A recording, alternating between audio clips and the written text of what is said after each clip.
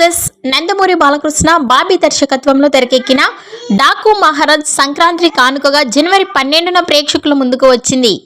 Sankranti season అంటే బాలయ్య బొమ్మ ఉండాల్సిందే. ఆయన కెరియర్లో భారీ విజయాలు కూడా పెద్ద పండక్కే ఉన్నాయి.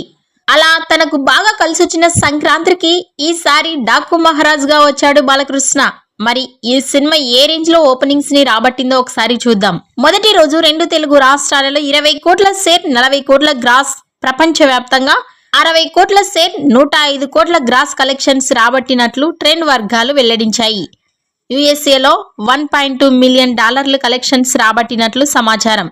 ఈ సినిమాకి తెలుగు రాష్ట్రాలలో 67 కోట్ల వరకు ప్రీ రిలీజ్ బిజినెస్ జరిగింది.